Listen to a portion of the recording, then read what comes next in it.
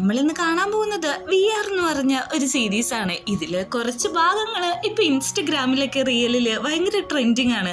അതുകൊണ്ട് തന്നെയാണ് ഞാനിത് ചെയ്യാന്ന് വെച്ചത്. അപ്പൊ സീരീസിന്റെ തുടക്കത്തിൽ തന്നെ നമ്മളെ കാണിക്കുന്നത് ഒരു ചെറുക്കനെയാണ്. ഇവന്റെ പേര് പീം എന്നാണ്. അവനാണെങ്കിൽ അവന്റെ പെയിന്റിങ്സും കാര്യങ്ങളൊക്കെ ചെയ്ത് പൂർത്തിയാക്കിയിട്ട് സബ്മിറ്റ് ചെയ്യാൻ പോകുന്ന വഴിക്കാണ് അവന്റെ ലൈഫിലേക്ക് ഏറ്റവും വലിയൊരു പ്രശ്നം കടന്നു വരുന്നത്. അതായത് ആ യൂണിവേഴ്സിറ്റി തന്നെ പഠിക്കുന്ന വേറൊരു കുട്ടിയാണ് അവന്റെ ഇപ്പോഴത്തെ പ്രശ്നം. ആ കുട്ടി ഫുട്ബോൾ കളിച്ചുകൊണ്ടിരിക്കുമ്പോൾ ആ ഫുട്ബോൾ ഇവന്റെ പെയിന്റിങ്ങിൽ വീഴുന്നതും അതുകൊണ്ട് തന്നെ അന്ന് സബ്മിറ്റ് ചെയ്യാൻ വെച്ചേക്കുന്ന പെയിന്റിങ് അവന് സബ്മിറ്റ് ചെയ്യാൻ പറ്റുന്നില്ല. ഇതേ തുടർന്ന് അവിടെ ഒരു വലിയ വഴക്കാവാണ്. വഴക്ക് മൂക്കുമ്പോഴേക്കും നമ്മുടെ പീമാണെങ്കിൽ ആ ചെറുക്കിന്റെ പ്രൈവറ്റ് പാർട്ടിയിട്ട് കയറി അടിക്കുന്നുണ്ട്. ഈ ഒരു പ്രശ്നമാണ് നമ്മുടെ സീരീസിന്റെ തുടക്കത്തിൽ തന്നെ പറയുന്നത്.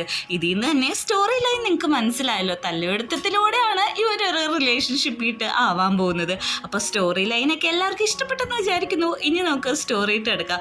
അതായത് ഈ പ്രശ്നമൊക്കെ ഉണ്ടാവുന്നതിനും ഒരു ദിവസം മുമ്പുള്ള കാര്യമാണ് നമ്മളെ കാണിക്കുന്നത്. നമുക്കാദ്യം ഈ കഥയിലെ ഹീറോയിൻ ആയിട്ടുള്ള പീമിനെ പരിചയപ്പെടാം. പീമാണെങ്കിൽ ഒരു ആർട്ടിസ്റ്റ് സ്റ്റുഡന്റ് ആണ്. ഇപ്പോൾ പീമ് പഠിക്കുന്നത് സെക്കൻഡ് ഇയർ ആണ്. അവന്റെ ലൈഫ് വളരെ നന്നായിട്ടാണ് പോകുന്നത്. എല്ലാം എൻജോയ് ആയിട്ട്, അതായത് ഫ്രണ്ട്സും പഠിത്തവും കളിയും ചിരിയൊക്കെ ആയിട്ട് എല്ലാം ഒരു ബാലൻസ്ഡ് ആയിട്ടുള്ള ലൈഫിൽ കൂടിയാണ് പീം കടന്നു പോയിക്കൊണ്ടിരിക്കുന്നത്. അങ്ങനെ ഒരു ദിവസം അവർക്ക് ഒരു പ്രൊജക്റ്റ് കിട്ടുന്നുണ്ട്. അത് സമയത്ത് തന്നെ സബ്മിറ്റ് ചെയ്യാത്ത കൊണ്ട് തന്നെ എല്ലാവരും ഒരുമിച്ചിരുന്ന് ഉറക്കമൊക്കെ ഒളിച്ചിട്ടാണ് ആ വർക്കും കാര്യങ്ങളെല്ലാം ചെയ്യുന്നത്. ഇവരുടെ കൂട്ടത്തിൽ ഒരു പെണ്ണുണ്ട്. ഇവളെ നമുക്ക് മെയ് എന്ന് വിളിക്കാം. മെയ് ആണെങ്കിൽ എല്ലാവർക്കും ഉള്ള ബ്രേക്ക്ഫാസ്റ്റ് ആയിട്ട് വരാണ്. കൂട്ടത്തിൽ ഒരു കുട്ടിയാണെങ്കിൽ വളരെ മനോഹരമായിട്ടാണ് ചിത്രം വരച്ചേക്കുന്നത്. ആ കുട്ടിയുടെ പേര് ക്യൂ എന്നാണ്. ഇവരുടെ ക്ലാസ്സിൽ തന്നെ ഏറ്റവും നന്നായിട്ട് വരക്കുന്നത് ക്യൂ ആണ്. ക്യൂവിന് കാണുമ്പോൾ തന്നെ അറിയാം അവനൊരു ഭയങ്കര ഹാൻഡ്സ് ആയിട്ടുള്ള ചെക്കനാണ്. കോളേജിൽ ഇത്തിരി പോപ്പുലർ ആണ്. അതുകൊണ്ട് തന്നെ കൂട്ടുകാർ പറയുന്നുണ്ട്, നീ എനിക്ക് പടം വരച്ച് തന്നാൽ മാത്രമാണ് നിനക്ക് ബ്രേക്ക്ഫാസ്റ്റ് തരുള്ളൂ എന്ന്.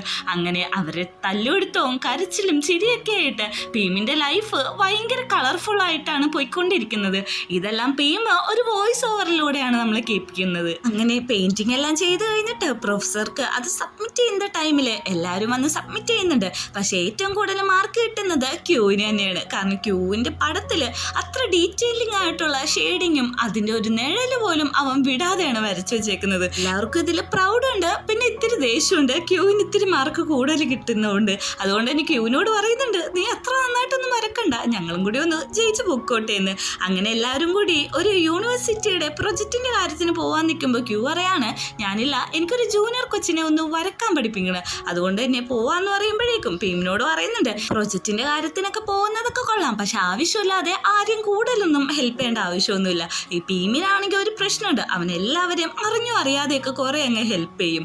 അങ്ങനെ അവർ വർത്താനം പറഞ്ഞു കഴിഞ്ഞിട്ട് ക്യൂ ആണെങ്കിൽ ആ ജൂനിയർ ചെക്കൻ്റെ അടുത്തേക്ക് ചെല്ലാണ്.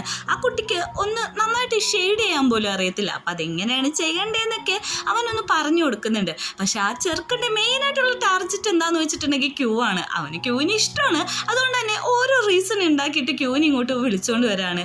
അവനാണെങ്കിൽ വരക്കുന്നതെല്ലാം തെറ്റായതുകൊണ്ട് തന്നെ ക്യൂ കുറച്ച് ക്ലോസ് ആയിട്ട് എന്നാണ് പഠിപ്പിച്ചു കൊടുക്കുന്നത്. ജൂനിയർ വെച്ചാണെങ്കിൽ കിട്ടുന്ന ഓരോ അവസരവും വിട്ടുകൊടുക്കാതെ എല്ലാ അവസരവും അങ്ങ് എൻജോയ് ചെയ്യുന്നുണ്ട്.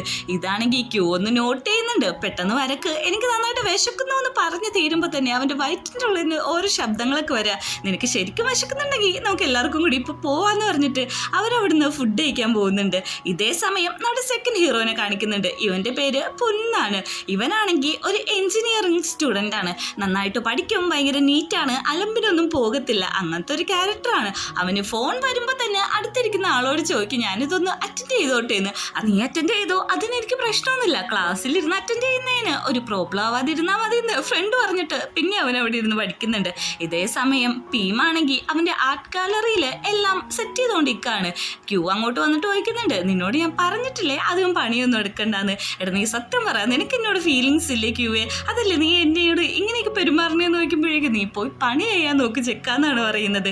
ഇവർ രണ്ടുപേരും കൂടി പണിയെടുത്തോണ്ടിരിക്കുമ്പോഴാണ് നമ്മളെ അടുത്ത ക്യാരക്ടറിനെ കാണിക്കുന്നത്. ഇവനാണ് ടാൻ. എല്ലാ കൂട്ടത്തിലും ഉണ്ടാവും ഇങ്ങനത്തെ ഒരു മുതൽ. അതായത് ഇവൻ കാരണമാണ് മിക്കവാറും പ്രശ്നങ്ങളൊക്കെ ഉണ്ടാവാറ്.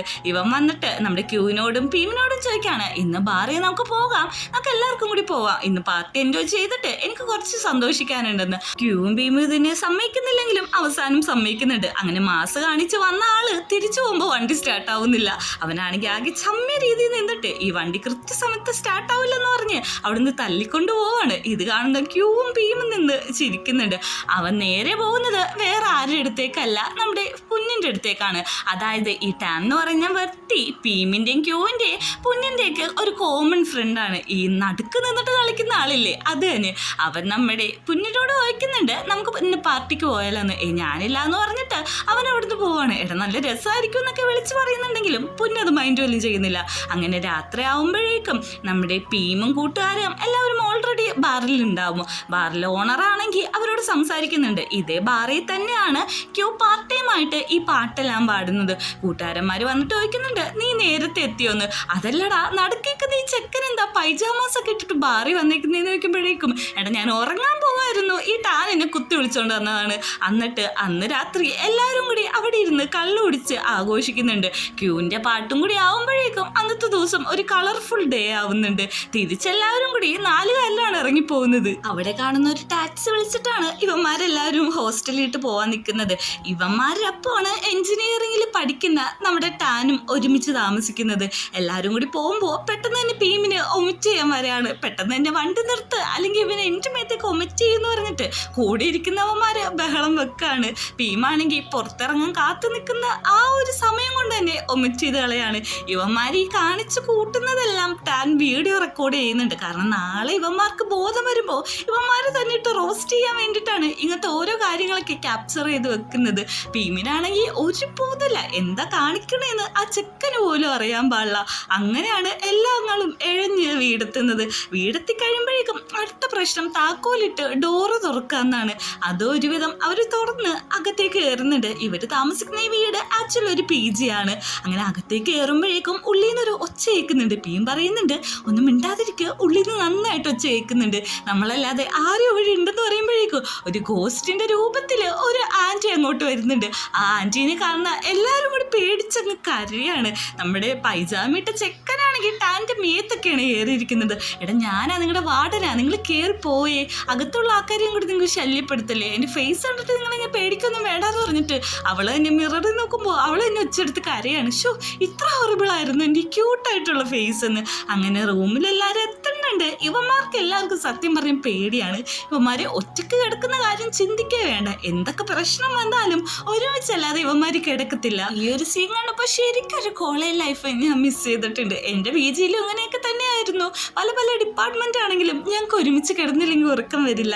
അങ്ങനെ പിറ്റേ ദിവസം രാവിലെ ആകുമ്പോഴേക്കും എല്ലാങ്ങളെയും ടാൻ വിളിച്ചെണീപ്പിക്കുന്നുണ്ട്. ഇന്ന് ക്ലാസ് ഉണ്ട്, അതുകൊണ്ട് തന്നെ എല്ലാങ്ങളും നേരത്തെ എണീറ്റ് പോയി കുളിക്കാൻ പറഞ്ഞ് ഓരോരുത്തരായിട്ട് അവൻ എണീപ്പിച്ചുകൊണ്ടിരിക്കുകയാണ്.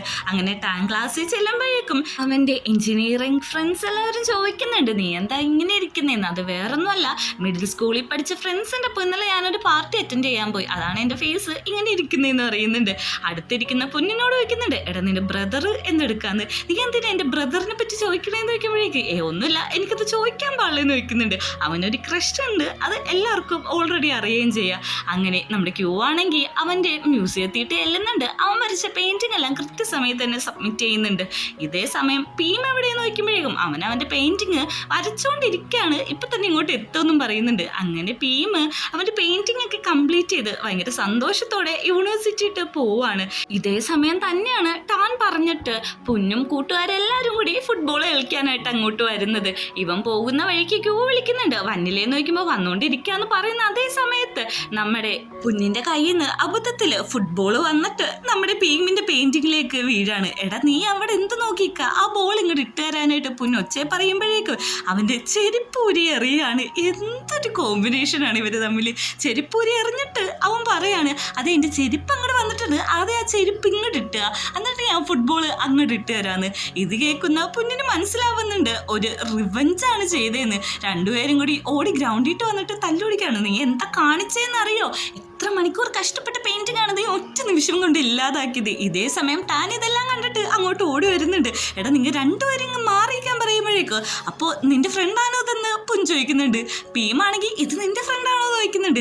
ഈ രണ്ടുപേരും ഫ്രണ്ടാന്ന് അറിഞ്ഞ ഉടനെ ഇവന്മാർ രണ്ടുപേരും ചോദിക്കുന്നത് നീ ആരുടെ ഭാഗത്താന്ന്. നമ്മുടെ ടാനാണെങ്കിൽ ഇത് പെട്ടുപോവാണ്. ടാന് നീ ഇപ്പം പറഞ്ഞോ നീ ആരുടെ ഭാഗത്താണ് നിൽക്കുന്നതെന്ന്. ഞാൻ രണ്ടുപേരുടെ ഭാഗത്ത് നിൽക്കുന്നില്ല, നിങ്ങൾ ഈ പ്രശ്നം ഒന്ന് സോൾവ് ആക്കാനായിട്ട്. പീമാണെങ്കിൽ പോകുന്ന വഴി തിരിച്ചു വന്നിട്ട് നമ്മുടെ പുന്നിൻ്റെ പ്രൈവറ്റ് പാർട്ടിയിട്ട് ഒരു ചവിട്ട് കൊടുക്കാണ്. അവൻ വേദന കൊണ്ടിട്ട് അവിടെ കിടന്ന് കരയാണ്. ഭീമാണെങ്കിൽ ഈ കിട്ടിയ ഗ്യാപ്പിൽ അവിടുന്ന് ഓടി രക്ഷപ്പെട്ടിട്ടുണ്ട്. ടാൻ പറയുന്നുണ്ട് ആദ്യമേ ഒരു സോറി പറഞ്ഞാൽ പോരായിരുന്നു എന്ന്.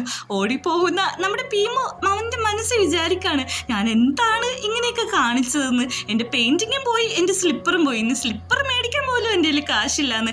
അങ്ങനെ നമ്മുടെ പൊന്നാണെങ്കിൽ വീട്ടിലിരിക്കുമ്പോൾ അവൻ്റെ ബ്രദർ വന്നിട്ട് അവനെ സമാധാനിപ്പിക്കുകയാണ്. ഈ ബ്രദറിൻ്റെ കാര്യമാണ് നേരത്തെ ടാൻ ചോദിച്ചത്. ഇവൻ്റെ പേര് ഫാൻ എന്നാണ്. ബ്രദർ ഇവനെ ഈ ഒരു കാര്യത്തിൽ ഹെൽപ്പ് ചെയ്യാനും പറയുന്നുണ്ട്. പിറ്റേ ദിവസം ടാനാണെങ്കിൽ സ്കൂളിൽ ചെല്ലുമ്പോഴേക്കും എന്താ ഇത് പൊന്നു വന്നില്ലേന്ന് ചോദിക്കുന്നുണ്ട്. അവൻ ഹോസ്പിറ്റലിലാടാ, അവൻ്റെ കാര്യം കുറച്ച് സീരിയസ് ആണ്. ഇത് കേൾക്കുന്ന ടാൻ ഒന്ന് ടെൻഷൻ ആവുന്നുണ്ട്. ഇതേ സമയം നമ്മുടെ ഭീമാണെങ്കിൽ ഒളിച്ചും പത്തൊക്കെയാണ് കോളേജിട്ട് വരുന്നത്. എടി നീ എന്താ ഇങ്ങനെ കാണിക്കുന്നേ, വേഗം ക്ലാസ്സിൽ പോവാന്ന് പറഞ്ഞിട്ട് ഭീം അവളെയും കൂട്ടി ക്ലാസ്സിട്ട് പോകുന്നുണ്ട്. ടാൻ്റെ അടുത്ത് നമ്മുടെ പൊന്നു വന്നിട്ട് പറയുന്നുണ്ട് നിന്റെ ഫ്രണ്ടിനെ എനിക്ക് കുറച്ച് നേരത്തേക്ക് വേണം. ഇല്ല തരാൻ പറ്റത്തില്ല, നീ അവനെ ഹേർട്ട് ചെയ്യില്ലേന്ന് ചോദിക്കുമ്പോഴേക്കും ഹേർട്ടൊന്നും ചെയ്യില്ല, പെട്ടെന്ന് തന്നെ വിട്ടേക്കാന്ന് പറയുന്നുണ്ട്. അങ്ങനെ നമ്മുടെ ഭീമാണെങ്കിൽ ക്യൂവിൻ്റെയും തോയിൻ്റെയും കപ്പ് ഇരിക്കുകയാണ്. എടാ ഇന്നലെ ഉണ്ടായ സംഭവം ശരിക്കും ഞാൻ അങ്ങനെ ഓർത്തിട്ട് ചെയ്തതല്ല, അത് അവൻ്റെ കയ്യിലിരിപ്പാന്നിങ്ങനെ പറഞ്ഞു വരുന്ന അതേ സമയത്ത് തന്നെ അങ്ങോട്ടേക്ക് പുന്നു വരാണ്. എടാ എനിക്ക് നിന്നോട് സംസാരിക്കാനുണ്ടെന്ന് പറയുമ്പോൾ എനിക്കൊന്നും സംസാരിക്കാനില്ലെന്നാണ് പറയുന്നത്. നീ വന്നേ പറ്റുള്ളൂ എന്ന് പറഞ്ഞ് അവനെ വിളിച്ചുകൊണ്ട് പോവാണ് അവിടെ നിന്ന്. ഇത് കാണുന്ന ക്യൂ പറയുന്നുണ്ട് എൻ്റെ പൊന്ന് ടാനെ, അവൻ എന്തെങ്കിലും പറ്റിയിട്ടുണ്ടെങ്കിൽ ഞങ്ങളുടെ കയ്യിൽ നിന്ന് നീ നന്നായിട്ട് മേടിക്കുന്നു. ഇവന്മാർ രണ്ടുപേരും പോകുന്ന വഴിയിലും തല്ലുപിടുത്തമാണ്. കുറെ സോറി പറയുന്നുണ്ടെങ്കിലും പൊന്നു അതൊന്നും കാര്യമാക്കുന്നില്ല.